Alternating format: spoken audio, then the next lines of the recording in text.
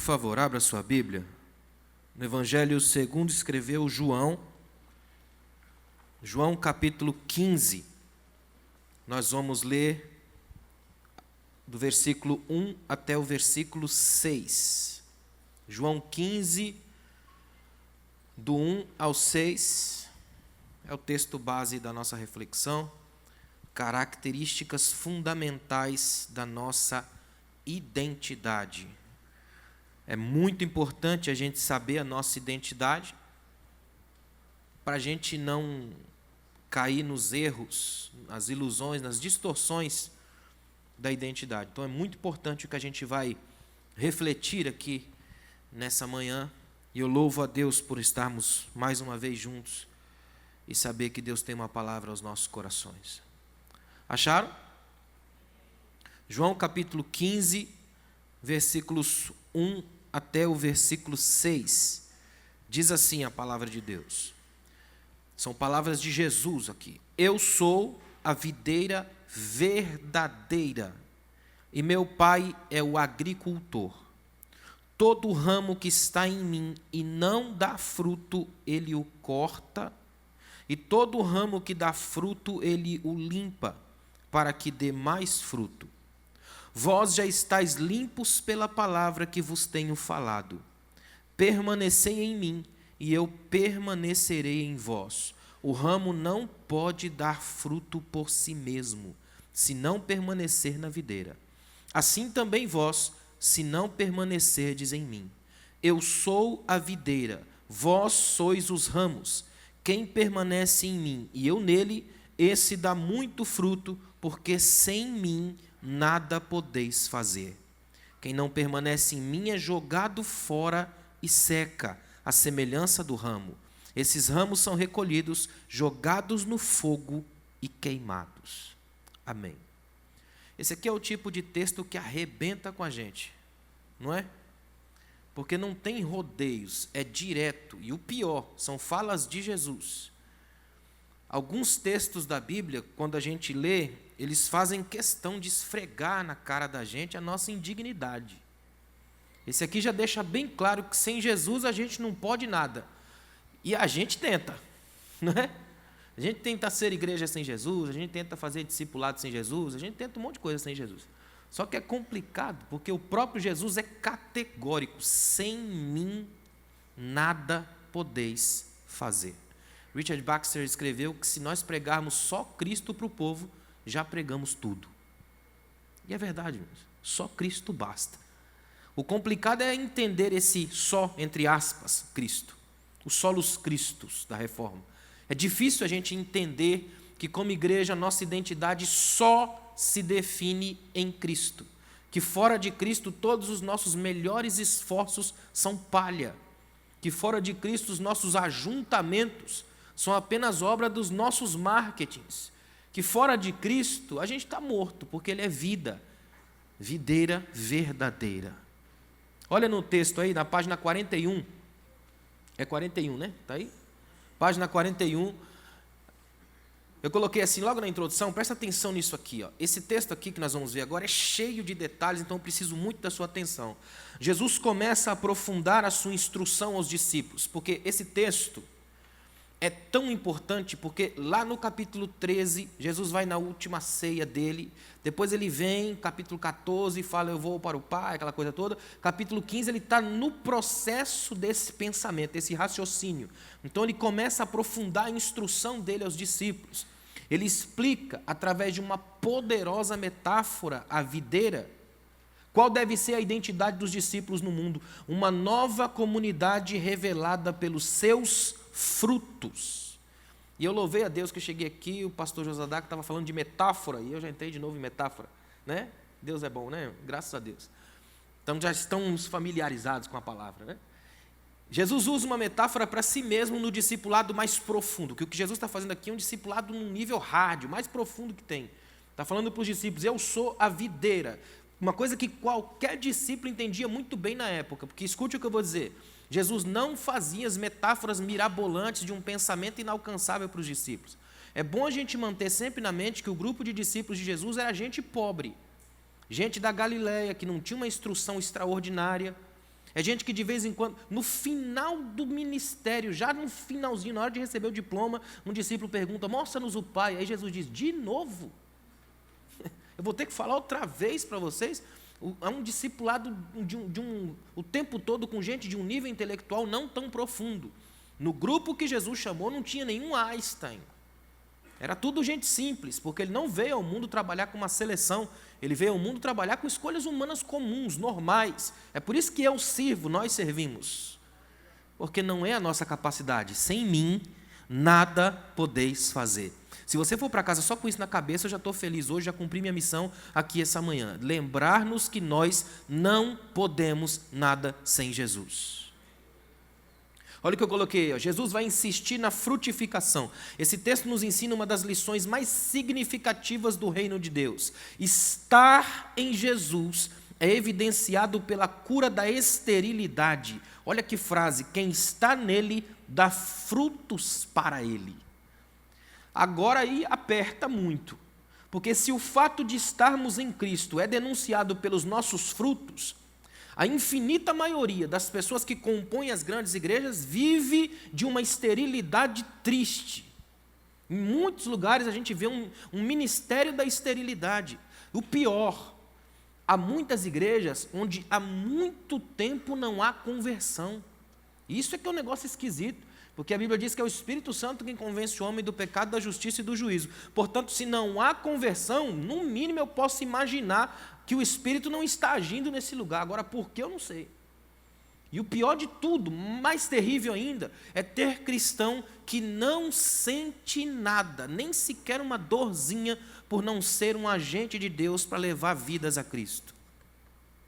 Escuta bem, ó, nós estamos no começo do ano, ainda dá tempo. Se você chegar no final de 2018 e através da sua vida não tiver atingido ninguém, você está profundamente estéril. A fé cristã é feita do fruto. E para Jesus o fruto são vidas, porque Ele trabalha com vida. É muito importante o que eu vou dizer. Por isso eu estou trabalhando nesse texto, que é um texto muito profundo. Tem uns detalhes nesse texto que a gente nunca olha. O pastor estava falando aqui, um dos aspectos que ele citou na apostila, é do não entendimento de quem lê a Bíblia, até da própria língua portuguesa, não é verdade? Até porque o brasileiro costuma ler o que não está escrito. O Senhor é meu pastor, aleluia, nada me faltará. Não tem o aleluia, mas ele põe, não é? A gente tem mania de ler o que não está escrito ou não ler aquilo que está lá, não é verdade? Então a gente imagina textos do Novo Testamento, principalmente, que em sua maioria vieram traduzidos do grego. A gente perde muita coisa nisso aí. Algumas coisas que eu vou te mostrar aqui hoje são extraordinárias. Então, mantenha o seu coração atento. Olha que tremendo. Estamos diante de algo muito profundo e decisivo na didática de Jesus.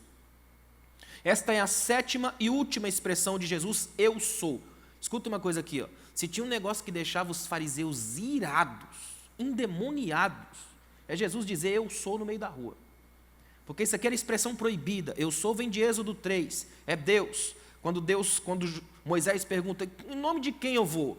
Diz que eu sou o que sou. Isso aí é outro tipo de humilhação da gente. Quando Deus define que Ele é, está dizendo que Ele possui o ser por completo. Então, fora dele, ninguém é, nem pode nada. Não é à toa que Jesus vai dizer, sem mim vocês não podem nada. Por que sem mim? Porque eu sou e ninguém mais é. Ponto.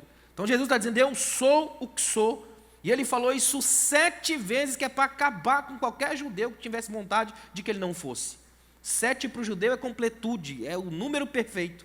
Então ele vem e começa, ó, eu sou o pão da vida, eu sou a luz do mundo, eu sou a porta, eu sou o bom pastor, eu sou a ressurreição e a vida, eu sou o caminho, a verdade e a vida, e eu sou a videira verdadeira. Não há qualquer possibilidade de existência fora dessas frases. É interessante isso. Quer ver uma coisa? No grego, quando Jesus diz assim, ó, eu sou o caminho, a verdade, tem outros termos. O bonito do grego é que ele tem muitas palavras para expressar um único termo. Só que a palavra que Jesus usou para verdade aqui é fantástica. Ele usou a palavra aletheia, a no grego, prefixo de negação, letos, aquilo que mata, aquilo que é letal. Aletheia. Jesus está dizendo, em mim, as minhas palavras, a minha vida nunca morre em você. Ou seja, por causa de mim, minhas palavras em você nunca serão letais, elas gerarão vida. Eu sou o caminho, a verdade e a vida. Em mim é aquilo que não morre. Porque Ele é, e fora dele todo mundo está morto. Deu para entender? Em todo o Antigo Testamento, a videira é o símbolo do povo de Israel como o povo de Deus. E eu coloquei alguns textos aí para você ler na sua casa. O problema é que essa videira falhou. Em Isaías capítulo 5, Deus disse que a videira tão bem cuidada produziu uvas bravas. Ela falhou. Aí que está uma coisa incrível. Quando Jesus falou videira, provavelmente os judeus que estavam com ele, os discípulos dele, tiveram essa percepção do livro de Isaías, essa percepção de que Israel era, na metáfora, a videira. Só que Israel falha. A videira deu uvas bravas, deu errado. Numa tradução para hoje, deu ruim, né? Aliás, eu acho tão tremendo o fato da Bíblia ser mais atual que o Jornal de Amanhã. Eu estava olhando umas coisas esses dias na Bíblia que encantam a gente, parece que chegou agora. Sabe qual é a última frase de Jesus no Sermão do Monte? No Sermão do Monte, Jesus diz assim, todo aquele que ouve essas minhas palavras e não pratica, é como aquele que colocou a sua casa na areia, veio os rios, a tempestade, aquela coisa toda, e a casa caiu. Olha que frase, só falta a hashtag, a casa caiu. Você está em Jesus, a casa fica de pé. Sem Jesus, a casa cai. Olha que fantástico, irmão. Dá para você evangelizar adolescente, a casa caiu, não é não? É muito atual. Eu tenho um professor, um rabino, ele falou uma coisa que eu achei extraordinária. Ele dando uma aula só para jovens e tal, ele falou assim, olha, vocês estão todos antenados, linkados, conectados, plugados. Quando vocês olham para mim com essa barba e essa roupa, a sensação que vocês têm é de estar vendo um fóssil. Ele disse, só que eu vou deixar uma coisa bem clara, eu estou muito mais avançado que vocês. Vocês são avançados só porque tem um tablet e com o dedo movem para cima e para baixo? Eu estou com o Deus do tablete de Moisés na pedra, escrevendo no dedo há muito mais tempo do que vocês. Não é? Do tablet ao tablete, o Deus é o mesmo, a tecnologia vem dele, ele está acima de tudo e de todos, ele é Senhor e ponto. Nele nós temos o direito de ser. Fora dele ninguém é. Olha que interessante, em João 15, Jesus altera profundamente o quadro e aí amplia a metáfora. Ele é a videira. Lembra que eu falei ontem da amplitude da visão? Jesus faz isso aqui com os discípulos, ele amplia a metáfora, ele está dizendo agora, a videira não é um povo, uma instituição, uma igreja, um lugar, a videira sou eu. É por isso que aqui na igreja precisamos deixar muito claro que nossa verdade, a verdade que pregamos aqui, não é um sistema montado, não é uma teologia, um conceito ou algo extraído forçosamente da Bíblia. A verdade aqui é uma pessoa, Cristo. É preciso entender isso. A mesma coisa nesse texto. Jesus está dizendo, eu sou a videira verdadeira. Ou seja, a partir de agora, o povo de Deus é todo aquele que nascer de Jesus, a videira verdadeira. Isso muda muita coisa no nosso processo de discipulado. Jesus sempre trabalhou para construir na mente dos seus discípulos uma cultura da unidade, uma identidade do pertencimento. Ele ilustra isso a partir da sua própria missão. Olha o que Jesus faz. Ele é o pastor e as ovelhas, a cabeça e o corpo, o noivo e a noiva, o fundamento e o edifício, a videira e os ramos. Em Cristo, nossa unidade é orgânica, vital, nossa identidade é original, profunda e participativa. O que significa tudo isso numa frase bem simples para todo mundo entender? Não existe filho único na fé. Amém, irmãos? Não tem filho único. Nós precisamos entender essa verdade que é comunitária, é plural, participativa. A nossa identidade se constrói a partir de frutos, plural, o tempo todo trabalhando na pluralidade. Uma coisa que me encanta no Salmo 1 é que quando você abre o Salmo diz assim, que bem-aventurado ou feliz é o homem, singular, o varão. Só que aí que entra a pluralidade invertida. Ao invés da pluralidade ser dos santos, ela é dos ímpios. Esse é um homem só, numa pluralidade de malignidade, caminho dos ímpios, conselho dos pecadores, roda dos escarnecedores, e ele permanece. Aí a Bíblia diz que ele é feliz na lei do Senhor e tudo mais, e esses homens são como palha, mas ele está sozinho contra uma comunidade. Chega lá no versículo 5, a Bíblia diz assim, ó, o Senhor está na comunidade dos justos, cresceu, plural. Por quê? Porque quando um só faz parte na graça de Deus e Deus está nele, ele frutifica. E quando ele frutifica, mingua a sociedade do caos, cresce a sociedade da justiça. a comunidade dos justos. Eu quero apresentar algumas características fundamentais da nossa identidade na nova comunidade criada em Cristo. Olha a primeira aí, ó, dependência. Pensa numa palavrinha que você não consegue trabalhar discipulado sem isso. Dependência. Não tem como. Aliás, a nossa grande tara na vida é a independência. Quem é pai começa com seu bebezinho no colo e já começa a ansiar que ele aprenda a andar sozinho. E a partir do momento que ele andar sozinho, dificilmente volta para o seu colo. A gente é apaixonado pela independência, não é verdade? Complicado que chega na fé cristã, a gente é chamado a depender, a ficar com o pai, a depender dos irmãos. Fé cristã tem esse movimento o tempo todo, da dependência. E não é uma dependência para sugar do outro, porque aí não é dependência, é autossuicídio. Profundo, suicídio comunitário da fé. Agora, quando a gente entra numa profunda dependência com Deus, de Deus, com os irmãos, muda tudo. Porque aí existe uma rede canalizada da graça de Deus. Significa que quando toca em um, essa coisa vibra e todo mundo sente. Você vê isso na vida de Saulo. Quando o Senhor lhe aparece de Saulo, Saulo, por que você me persegue? O susto que Paulo tomou ali deve ser terrível. Como que eu te persigo? Estou mexendo com gente aqui embaixo. Só que essa teia vibra muito além do que você imagina, Saulo. Mexeu aí, mexeu em mim. Eterna dependência. Olha que tremendo, ó.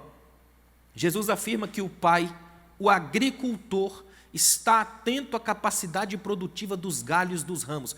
Irmão, isso aqui para mim, a primeira vez que eu comecei a trabalhar com isso, eu me assustei com essa frase. Você já parou para pensar no fato de que Deus olha para nós, ligados a Ele, e espera de nós uma produtividade de frutos?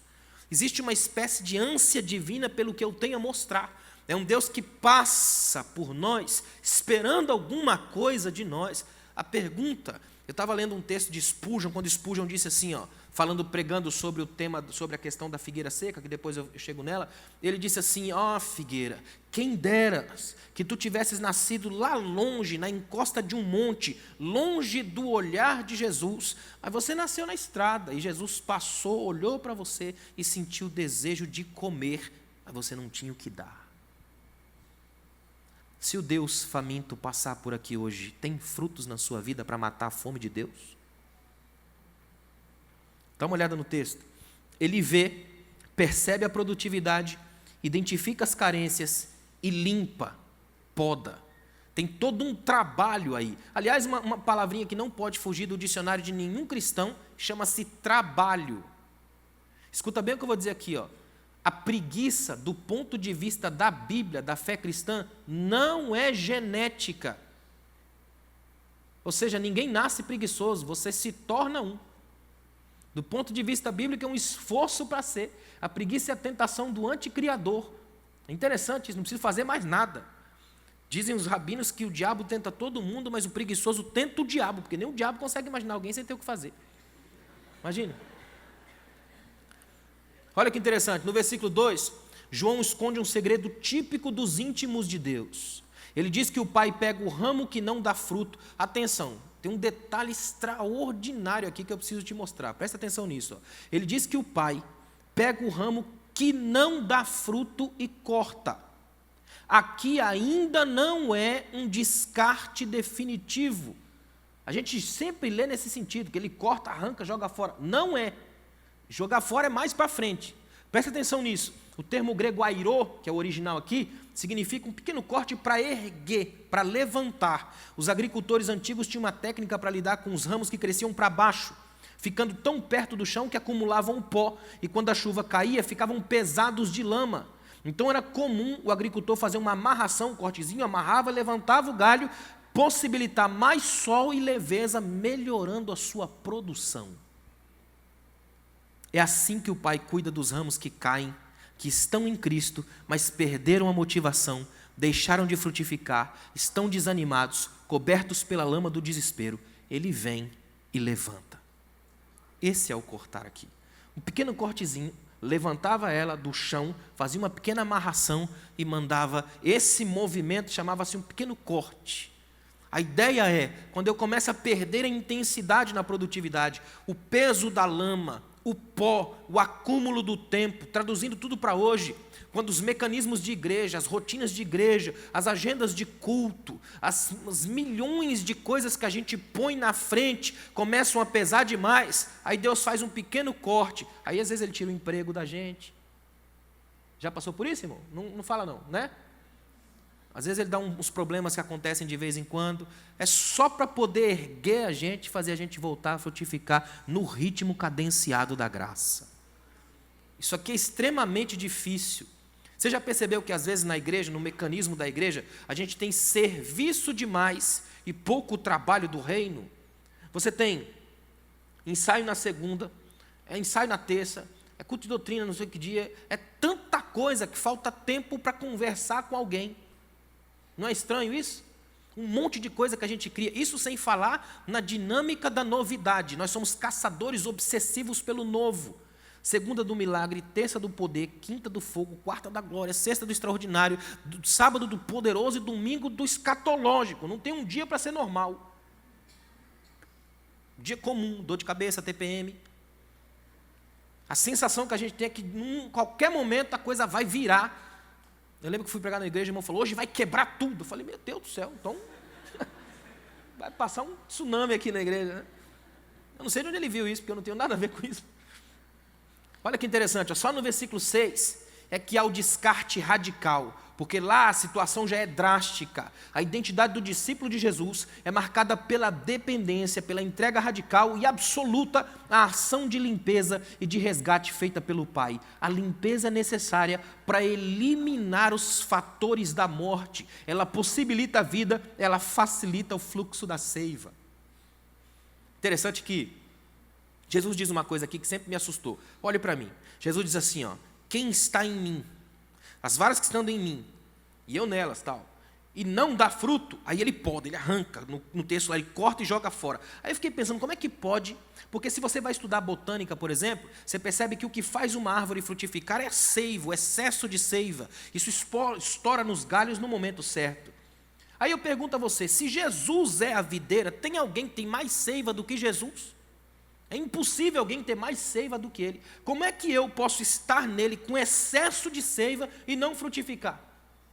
Apenas uma coisa faz isso. Chama-se parasita. Repete comigo, parasita. Cuidado com a fé parasitária. O parasita é um pequeno monstro que se instala bem na junção entre o galho e a videira. No que ele se instala ali, ele desvia, é um caixa 2, lava-jato, essas coisas aí.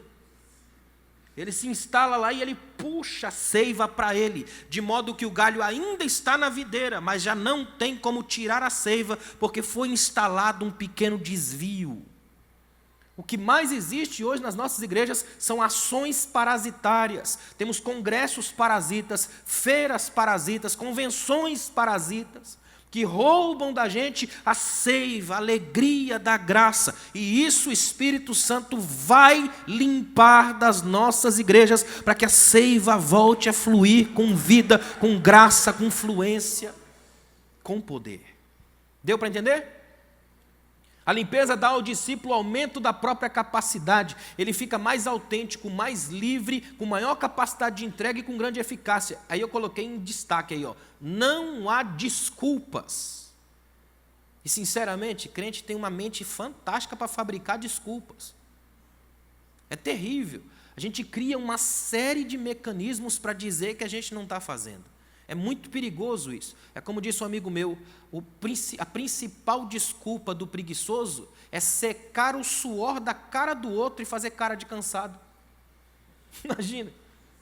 Olha só, há um outro destaque a fazer. A limpeza, a poda, nos livra da ação maligna dos parasitas. Então quem está ligado à videira, experimenta a sua vida. O Espírito é a dinâmica que não para, a vida que insiste em crescer. Por isso dependa de Deus. Deu para entender isso aqui?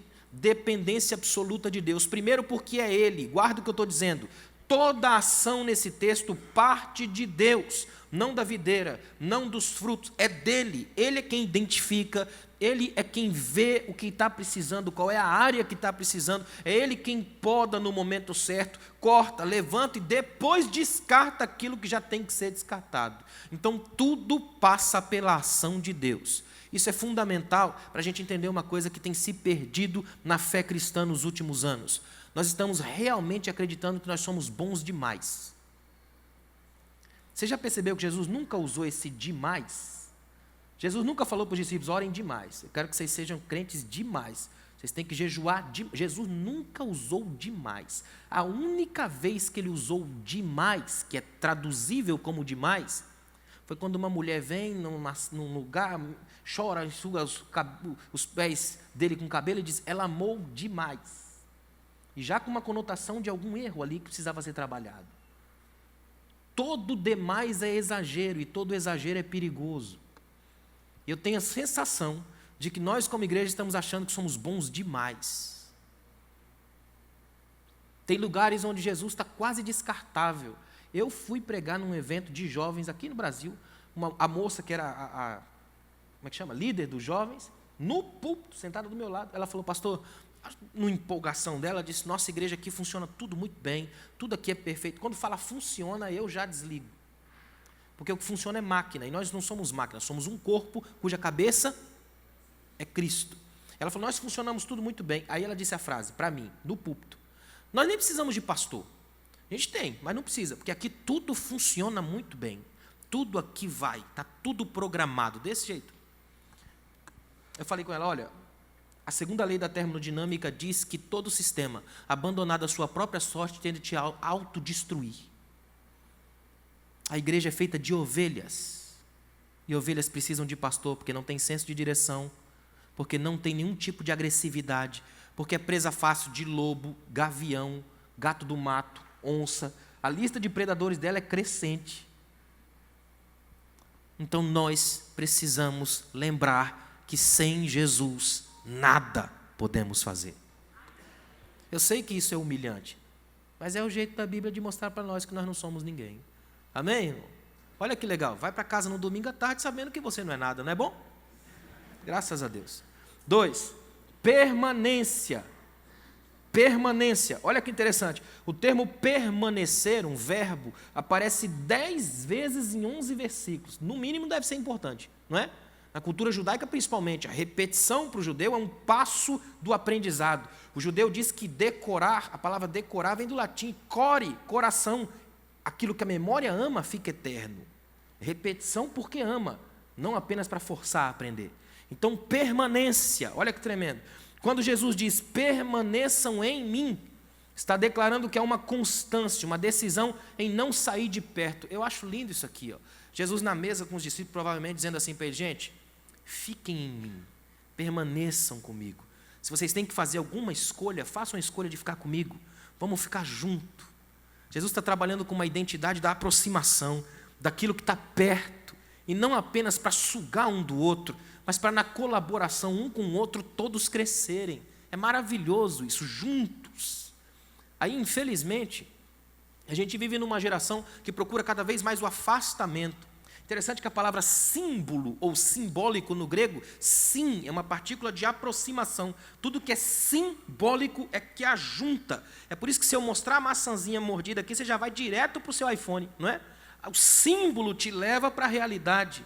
Daí que vem diabólico, separação, ou seja, tudo que é simbólico junta, tudo que é diabólico afasta. Se você na igreja é um irmão que afasta o povo, já é diabólico, o primeiro passo para virar demoníaco. Tudo que afasta é diabólico, tudo que aproxima é simbólico. A pergunta de Deus para a gente aqui hoje é, somos um símbolo do que Deus quer fazer no mundo ou diabolicamente somos o nosso próprio mundo? Olha que interessante, não é algo automático ou ritual, é um processo de renúncia diária. E eu coloquei com destaque, num mundo com tantos estímulos e ofertas, permanecer é um desafio. O nosso maior desafio hoje é permanecer, o desafio do ficar. Existe nas igrejas, quem mexe com igreja sabe disso, nós temos hoje um efeito chamado rotatividade. Muita gente entra, muita gente sai, dificilmente cria raízes. Tem gente, por exemplo, na igreja, que congrega na igreja há 2, 3 anos e ninguém sabe quem é, a ponto dele todo domingo passar pela porta, a irmãzinha falar, o senhor congrega onde? Não, congrega aqui. Ah, pode entrar. Não há qualquer vínculo com ninguém. São os que chegam atrasados e querem sair primeiro. Na metade da bênção apostólica está enchendo a paciência do irmão na porta. Abre aí, varão, que eu quero sair. Acelerado, a 1000, plugado, não quer vínculo com ninguém. É muito perigoso, porque hoje, para permanecer em Cristo, eu tenho que permanecer com você. Sabe aqueles irmãos que dizem, não saiu da igreja porque não estava olhando para Jesus? Aí que está o problema. Jesus mandou olhar para a gente para poder ver Ele. Ele falou assim, ó, se vocês se amarem, o mundo vão saber que vocês são meus. Jesus não disse, o mundo saberá que vocês são meus discípulos quando o templo de vocês for o maior da cidade. Ele não disse que o mundo saberia que nós seríamos discípulos dele quando tivéssemos os melhores programas na televisão, as melhores páginas na internet. Isso é técnica demoníaca para a gente ser caçadores do nada. A lógica de Jesus é, querem que o mundo saiba que vocês me pertencem? Amem-se. O mundo vai olhar para vocês e vai identificar que isso não é de vocês, é meu. O mundo vai me ver nas ações de vocês. Jesus não vai aparecer aqui hoje em pé. Para você enxergar Jesus, vai ter que olhar para o irmão do lado. Essa é a grande densidade do discipulado. Desapareça eu, apareça ele. Olha que tremendo. Jesus disse algo extraordinário. Eu permanecerei com vocês. Jesus responde à atitude dos discípulos que ficam com ele com a sua eterna lealdade. Quem permanece em Jesus, tem Jesus permanentemente com ele. Eu sou do meu amado e o meu amado é meu. Jesus está dizendo assim, ó, essa não é uma relação de mão única. Se vocês permanecerem em mim, tenham a certeza, eu permanecerei em vocês. O condicional é nosso. Se vocês vierem, a certeza vem dele. Eu estarei com vocês. Interessante que ele nem diz assim, ó, com vocês, mas em vocês, junto com vocês o tempo todo. Isso significa que estarmos em Cristo é a certeza atestada de que Ele não vai vir, Ele já está. Aliás, olhe para mim, ninguém está aqui porque Jesus vai fazer. Você está aqui porque Ele já fez. O fato de estarmos aqui é sinal de que Ele já fez. O propósito de uma videira não é produzir madeira nobre, lenha ou sombra, como algumas outras árvores. A videira não é uma planta ornamental. O único propósito da videira é produzir frutos. Mas isso exige uma condição. É preciso que os ramos estejam ligados à vida da videira. Spurgeon disse que tem cristãos que eles gostam de estar com a videira, na sombra da videira, gozando dos frutos da videira, eles só não estão ligados ao caule da videira. Ele diz que há crentes que ficam na porta, amam a porta, gostam da porta, dormem na porta, só não entram na porta. E ele termina dizendo que eles são quase salvos. Já pensou você ser quase salvo? É bater na trave celestial, não é? Quase salvo, imagina. Não é uma angústia, uma palavrinha complicada, é quase, você não chegou lá. Ou seja, um quase salvo é um perdido completo. Assim como uma quase verdade é uma mentira inteira. Não é? Olha que interessante, ó. Por isso que Jesus vai dizer no versículo 5, sem mim nada podeis fazer. É dolorosa essa expressão sem mim. A ausência de frutos denuncia a falta de uma união íntima com Jesus. Isso aqui é muito importante. É fácil definir quem está em Cristo e quem não está. Não é quem prega, canta e detona. É quem tem frutos. Simples. Porque, às vezes, todo o aparato de igreja é apenas parte do mecanismo religioso, mas não da vida de Deus.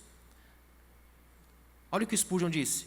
Você pode nascer na igreja, ser apresentado na igreja, crescer na igreja, ser batizado na igreja, casar na igreja, ter filhos na igreja, desenvolver-se na igreja, ter um ministério na igreja, morrer na igreja, ser velado na igreja e acordar no inferno. Gostou? Spurgeon disse que nós temos na nossa Bíblia tanto pó denunciando o não uso, que já dá para escrever condenação com os nossos dedos.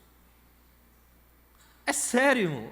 O estar na igreja não é estar sentado aqui ou aqui com o microfone na mão, tanto faz, podem ser apenas as nossas belíssimas ilusões de culto. É fruto que define união com Cristo. Quais são os frutos que você tem deixado? E sabe o que é tremendo? Isso não exige nada de ninguém, isso que é tremendo. Você não precisa de um microfone na mão para dar frutos para Jesus. Você pode dar fruto na escola, no trabalho, na empresa, na rua, em casa. Você pode dar fruto para Jesus em qualquer lugar, porque enquanto você estiver respirando, Deus está contando com você. Ainda não terminou. Esses dias eu li um testemunho, pastor, isso mexeu muito comigo. um casal de missionários de uma igreja, 50 anos no campo. Imagina, já bem velhinhos, já trabalhando há 50 anos no campo. A igreja muda de pastor e o pastor que chegou não tinha visão missionária, abortou o projeto missionário e assim, terrivelmente tirou os missionários do campo e colocou numa casinha do nada, lá no canto da cidade. O missionário está em casa, ele olha para a esposa e começa a ficar injuriado, porque é natural da gente, humano, como eu falei ontem, gente, nós somos gentistas, lembra? E ele começou a dizer para a esposa, mas que coisa monstruosa, eu ainda não entendi o que aconteceu, a gente ficou 50 anos no campo, e agora a gente volta ao que acontece, ninguém nos recebe, nós somos jogados numa casinha qualquer como essa, que coisa monstruosa que é isso? Ele disse assim, será que é isso que merece um casal de missionários que fica 50 anos no campo e quando volta para casa, é isso que merece? E a esposa tentando ali contemporizar e conversando com ele, ele fica injuriado, ele diz, eu vou sair, eu preciso de um ar, conversa com Deus aí, pergunta para ele se um casal de missionários que fica 50 anos no campo merece isso quando volta para casa. Ele passa o dia inteiro na rua, andando, reclamando só consigo. Eu já andei assim, é terrível. Se você não andou, faz o teste, é muito bom no final.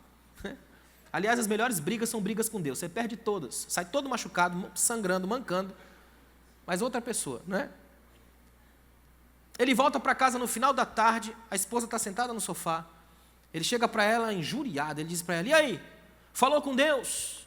É isso que merece um casal de missionários que trabalha 50 anos no campo e volta para casa? É isso que merece? Ela responde para ele, Deus falou comigo, ele me respondeu. Aí ele assustou e disse, o que foi que ele disse? Ele disse que nós ainda não estamos em casa. Essa aqui ainda não é a nossa casa. Não é ainda o lugar do nosso descanso. Isso a gente só para quando Deus nos chama de fato. Enquanto você respira, você pode fazer alguma coisa pelo reino de Deus. Não tem uns especiais aqui. Todo mundo está debaixo dessa palavra. Faça, viva. O princípio vital da fé está em você. Amém? Olha que tremendo. No capítulo 6, versículo 56, Jesus já havia sinalizado para essa verdade que ele amplia nesse capítulo. Todo aquele que come a minha carne e bebe o meu sangue permanece em mim e eu nele. A ceia deve nos lembrar da identidade do pertencer. Se estamos cercando a mesa do seu amor e serviço, então a vida dele está em nós. Portanto, onde estão os nossos frutos? Interessante que, você já percebeu que hoje, com o advento dos desigrejados, existem os desigrejados, né? Inclusive, entre os desigrejados tem os webianos, são os igrejados da web. Eles vivem de cultos pela internet. Não sei como é que eles fazem isso, mas tem culto pela internet. Dentro dos desigrejados, tem alguns que de vez em quando aparecem nas igrejas, e eu chamo eles de vampiros gospel, porque eles só vêm uma vez por mês beber sangue de Jesus na ceia. Não é vampiro? É vampirização teológica. Uma vez por mês aparece aqui, bebe um sangue e sai, não é? Há muita gente vivendo esse afastamento esquisito, porque se tem um momento em que a gente atesta a nossa identidade do pertencimento, da criação do discipulado, olho no olho é no momento da ceia, comer e beber juntos, fazer parte de toda uma gastronomia divina. Irmão, dá para fazer um seminário só sobre gastronomia e teologia, pensa numa relação fantástica que eu estou descobrindo aí. Você já percebeu que quando se você falar mal da comida de uma mulher, você acaba com ela? Já percebeu? Por exemplo, a esposa faz a comida, põe na mesa e fala, tá bom, tá ruim. Você matou a esposa. Seu casamento vai dar um problema sério. Sabe por quê? Porque filosoficamente, cozinhar é preparar as próprias ideias. Então você está zombando da mente, não do que está no prato. Todo mundo que cozinha, cozinha o que pensa. Ele pega o arroz, pega a coisa e imagina. É processo de imaginação. Interessante que é uma catarse. É por isso que cozinhar dá tanto prazer para quem gosta. Sabe por quê? Porque existe um pequeno ato de destruição antes da construção. Você já percebeu que na cozinha você é extremamente violento? Corta, rala, aperta, bate, põe no fogo, gira, liquidificador. O negócio é monstruoso, mas não sai um negócio fantástico? Você já viu alguém fazer pudim? É um negócio esquisito, arrebenta com tudo. Mas aquele final é extraordinário. Aquilo é coisa de Deus. Não é verdade? Não é à toa que Jesus passou pelo processo, ele foi moído pelas nossas iniquidades. Só que esse pão moído foi o trigo de Deus para que hoje nós estivéssemos aqui. A graça produz o processo. Permaneça em Jesus. Fique com Ele e para Ele. Escuta uma coisa aqui, ó. Não é só ter fé em Jesus. Complicado é ter a fé de Jesus. Fé em Jesus é lindo, de Jesus é complicado. Porque a fé de Jesus projeta a gente para andar com Judas, por exemplo, e lavar o pezinho dele. Imagina. Dá uma olhada no terceiro aí, ó. Essência para além das aparências. Gente, ainda bem que Deus não olha para as nossas aparências. E eu não estou falando de beleza estética, estou falando de produção, de teatro da cara, de persona. A palavra vem da máscara usada antigamente. É muito que é fabricado e ele não vai nisso. Escuta bem o que eu vou dizer, ó. Jesus não criou um gueto, uma comunidade em expansão, uma comunidade em expansão, uma comunidade viva. Tem fruto. Se não tem, corta. Agora sim, e um corte terrível. Existem riscos. O que eu vou te mostrar daqui para frente é muito sério. Um ramo que não produz fruto, quando não corresponde à vida que lhe é comunicada, ele quebra o princípio vital. Então fica só a aparência ao invés da essência. Qual é o objetivo central da árvore, principalmente da videira? Fruto. Se ela não dá fruto, ela é uma contradição. Ou seja, um cristianismo sem fruto por si só é contraditório. É uma quebra do princípio vital. Dá uma olhada aí, ó. O ramo que não dá fruto é aquele que até pertence à comunidade, mas não responde ao Espírito que dá vida. É aquele que come do pão, mas não assimila Jesus. Você vê isso em João 6? Olha que tremendo. Os discípulos estão ali com Jesus, uma multidão, Jesus vai lá e multiplica os pães. Aí a Bíblia diz que ele multiplicou os pães e passou para o outro lado. E a Bíblia diz que uma grande multidão foi atrás dele. Olha o raciocínio da multidão. É raciocínio de assistencialismo, Bolsa Família. Se tem pão hoje, tem cesta básica amanhã. Vamos ficar no cara aí, não é? É milagre, a coisa está acontecendo. Cola no homem. Só que o que Jesus faz? Prega um sermão daquele que você jamais levaria ele para pregar na sua igreja de novo. Pode ter certeza. Ele prega um sermão daquele que ninguém gosta. É tão sério que o povo começa a sair, os discípulos ficam preocupados, o marketing fala mais alto que a ética, e os discípulos começam a perceber, Senhor, está tudo errado aí. Os discípulos chegam para Jesus com aquela lógica, mestre, não era a hora de pregar essa mensagem, tem tempo para tudo. Já ouviu essas conversas nas igrejas? Tem tempo para todas as coisas, você podia pregar essa mensagem num culto de doutrina, uma terça-feira da vida. Isso aí, nós estamos ao ar livre, cruzada, bombando, milagre acontecendo, multidão. Senhor, isso aqui é um negócio fantástico. Aí o Senhor vem com uma mensagem de terça-feira. O Senhor vem com doutrina pesadona. O povo vai embora. Sabe o que eu acho tremendo? Jesus não falou, gente, foi mal. Chama o pessoal da Folha da Palestina, amanhã eu vou colocar um errata lá, um pedido de desculpa. Desculpem, eu exagerei na dose, fiquei nervoso. Eu quero estabelecer agora uma pequena comissão aqui, chamar um João aqui, um Judas ali e tal. Pesquisem aí o que o povo quer ouvir, as palavras-chave. Amanhã eu vou fazer um sermão para o povo. Sonhos, cresçam. Jesus dá uma cara de coach. Não. Jesus só olha para os discípulos e fala, vocês também não querem ir, não? Querem ir? Aí o que Pedro responde lá, irmão, eu gosto de Pedro por causa disso. Pedro consegue ir do céu ao inferno em 3 versículos, ele é muito fera. Quando ele erra miseravelmente, mas quando acerta, é em cheio. Ele olha para Jesus e fala, para quem? Não é para onde. Para onde vai quem busca um projeto. Para quem é quem busca um ser. Para quem iremos nós? Se só tu tens as palavras de vida eterna. Olha o que Pedro entendeu. Não há concorrente para o Senhor. Se tiver bom, eu fico com o Senhor. Ruim, eu fico com o Senhor. Palavra boa, eu fico com o Senhor. Palavra estranha, eu fico com o Senhor. Porque eu não tenho para onde ir. Sem o Senhor não posso ser. Não dá para sair de Jesus. Olha que tremendo. O futuro de quem sai da comunidade por falta de amor é secar. O texto diz que joga fora e seca. É a carência total de vida, seca e morta. Quem renuncia a amar, renuncia a viver. É muito sério isso aqui, ó. A falta de amor aqui produz a sequidão, o secar dos ossos. É a vida sem vida, a morte mais terrível que existe. Porque a morte mais complicada não é quando você deita no caixão e o povo te leva para o cemitério. É quando você deixa de viver andando aqui. Aborta o próprio projeto de ser. Aqui não há mais a ação bendita de levantar, só o corte seco e profundo. Quem é cortado aqui é queimado, torna-se resíduo, menos que coisa, aquilo que resta depois do fogo. John Trapp, um teólogo inglês, disse algo muito sério. É melhor ser podado para crescer do que ser cortado para queimar. Tomara que Deus aqui hoje consiga nos podar. Dói, mas a gente cresce. Porque se Ele não fizer isso, Ele arranca e a gente seca. Qual que é a nossa opção aqui hoje? Porque só tem uma. A morte em vida termina na morte definitiva, oposta à vida definitiva daquele que permanece em Cristo. Agora, presta atenção nesse detalhe aqui. Jesus, trabalhando a essência para além das aparências, destacou nesse texto 4 níveis de produção de frutos. Isso aqui é fantástico, dá uma olhada. Primeiro, aquele que não dá fruto, versículo 2. Segundo, aquele que dá fruto, também no versículo 2. O terceiro, aquele que dá mais fruto. E o quarto, aquele que dá muito fruto. É uma gradação aqui.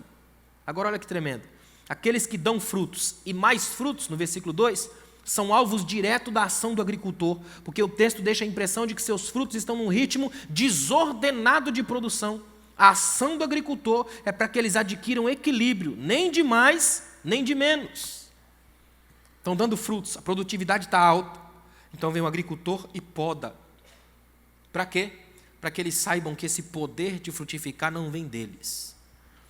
Acho tremendo uma cena de Moisés com as mãos levantadas. Olha para mim, Israel na guerra, espada comendo solta, cabeças rolando. Moisés velho, ele senta, levanta as mãos. É um negócio estranho. Deus fala assim: Moisés, se baixar a mão, teu povo perde. Não parece um videogame de mau gosto? Baixa a mão não. Imagina, você lá com a mão levantada e o povo lutando. Aí é coisa natural. É natural da gente baixar as mãos. Ninguém aguenta. Aí começa a baixar a mão, o povo começa a perder. Moisés levanta a mão de novo, até que o discipulado entra em cena. Entra alguém para ajudar ele e segurar as mãos. A visão é tremenda, é nitidamente graça. É Deus dizendo para o povo de Israel: olhem para Moisés, velho, complicado, não consegue manter os próprios braços levantados. Portanto, a bênção para vencer essa guerra não pode vir dele, porque ele não suporta nem os próprios braços. A bênção para vencer essa guerra vem da união de vocês, olhando para mim, para onde os braços dele apontam. A graça de Deus trabalha nas nossas fraquezas, não são os nossos braços, é a mão de Deus estendida sobre a nossa vida. O agricultor sabe que para conseguir mais frutos da videira, presta atenção nisso, é preciso ir contra a tendência natural da planta. Por causa da tendência natural da vinha em crescer vigorosamente, muitos galhos precisam ser cortados a cada ano. As videiras podem ficar tão densas, tão cheias de folha, que a luz do sol não consegue alcançar a área em que o fruto deve se formar. Se a videira ficar solta, livre, sempre favorecerá o crescimento de mais folhagem do que frutos. Por isso que Jesus secou a figueira estéril de Mateus 21. A figueira tinha folhas, mas não frutos. Tinha aparência, mas não essência. Tinha propaganda, mas não verdade. Um dos símbolos do farisaísmo da época, os fariseus, era uma figueira frondosa. É Jesus detonando o sistema, dizendo que não adianta a gente ter aparatos, a roupa tremenda, o jeito de falar, se isso não é fruto. A Bíblia diz que Nadab e Abiú, 2 filhos de sacerdote, portanto sabiam como a coisa funcionava, resolvem levar fogo estranho no altar. E é a Bíblia denunciando que eles estão juntos, mas não estão unidos. Porque imagina que eu e um amigo resolvamos levar fogo estranho para o altar e a gente sabe que esse negócio mata. Você não acha que eu ia tirar um par ou ímpar com ele para saber quem vai primeiro? Porque vai que morre, não é? A Bíblia diz que foram os dois, eles estavam juntos, mas não estavam unidos. Eles chegam lá, colocam fogo estranho, aí a Bíblia diz que do altar saíram chamas de fogo que os consumiram. Só que consumir significa queimar até sobrar só as cinzas, é ou não é? E aí a Bíblia diz que Moisés mandou alguém entrar lá e puxar eles pelas vestes. E as vestes dos sacerdotes eram de linho, altamente inflamável. Aí eu pergunto, consumiu ou não consumiu? Consumiu, queimou até a chama, até acabar. Aí agora vem e puxa pela roupa. Os rabinos, a Midrash, diz o seguinte, a interpretação paralela judaica: do altar saíram chamas de fogo, entraram nas narinas de Nadab e Abiú, queimando até o final, para deixar provocativamente só as vestes de fora com o corpo, o invólucro, deixando como um testemunho de que quando a dogmática, o sistema me veste, a alma se perde.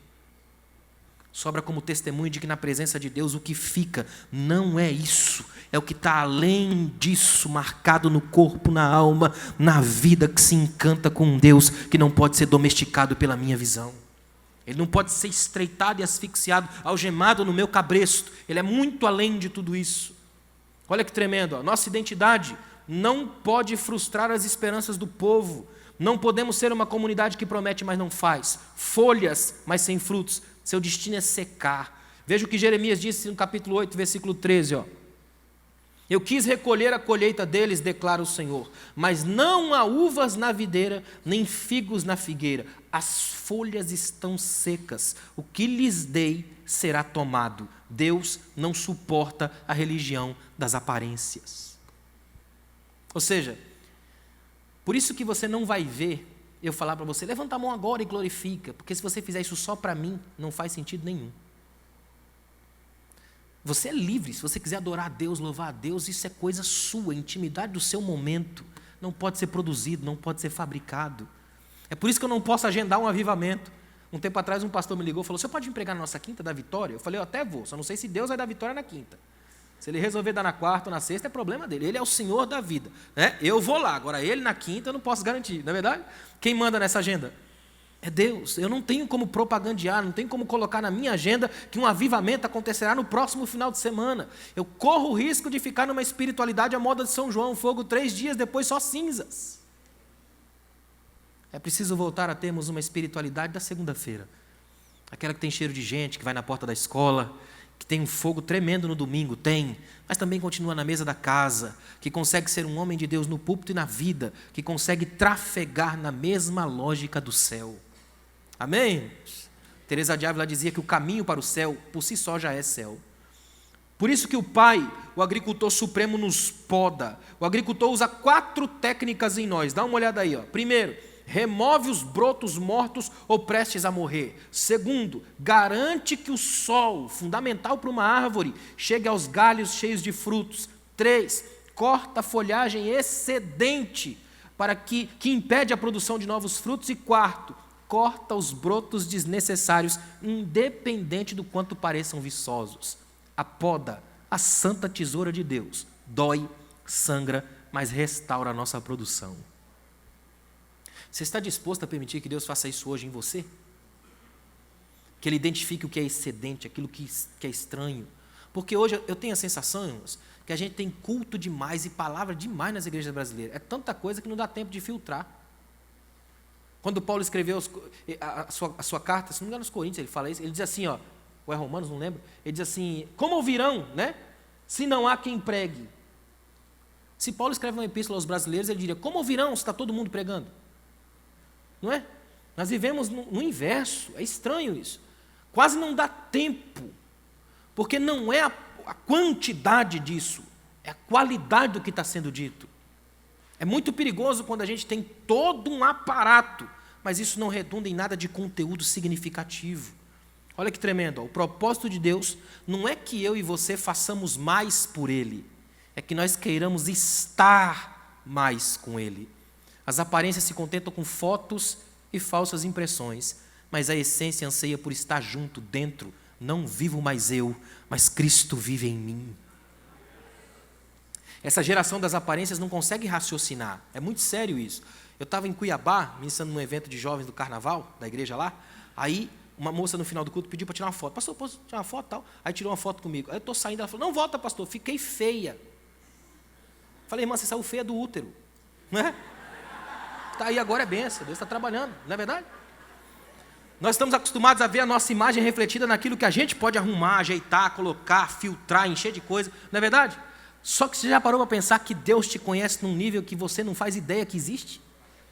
Você já imaginou que Deus, quando olha para nós hoje, não se interessa por aquilo que a gente está vestindo? Que Ele simplesmente enxerga quem nós de fato somos, num nível que nem a gente sabe que é possível de ter aqui dentro?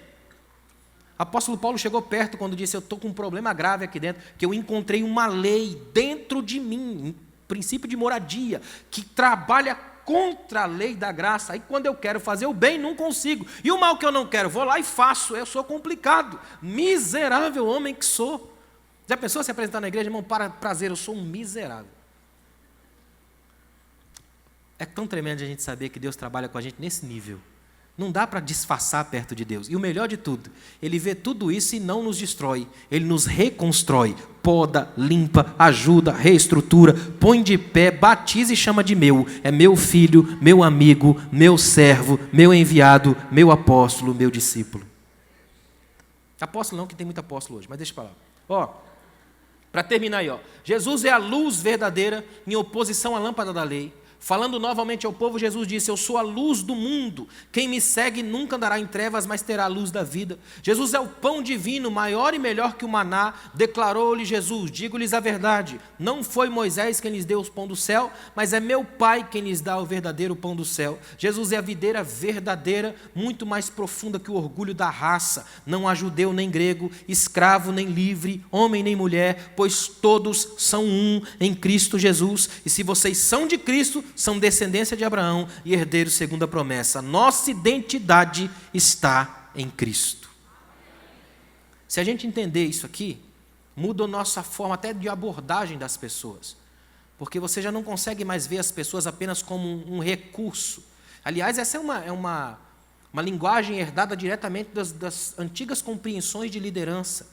Quando se entendia ainda as pessoas da empresa como coisas da empresa. Daí RH, recursos humanos, como se um recurso comum, gente como coisa. Jesus nunca nos entendeu como coisas. Ele nos entende como filhos, filhos amados do Pai. Essa é a nossa aliança, é a nossa liberdade. Amém? Fique de pé, por favor, eu quero orar com você. Obrigado, Jesus. Obrigado por essa manhã tão produtiva que tivemos aqui. Obrigado, Senhor, pela Tua palavra revelada, trazida aos nossos corações. Obrigado, Senhor, porque aqui nós estamos não apenas para falar, Pai, mas para viver cada pressuposto aqui colocado. Ensina-nos, Pai, uma nova dimensão do Teu encontro conosco, de modo que possamos sair daqui limpos, podados para crescer, e não apenas para queimar, jogados fora. Guarda-nos de nos tornarmos apenas a aparência, que tenhamos essência e que saiamos daqui, de fato, cheios do Teu Espírito e sabendo que sem o Senhor nada podemos fazer, ser ou viver. Obrigado, Jesus, por cada um, em nome de Jesus. Amém. Que Deus te abençoe.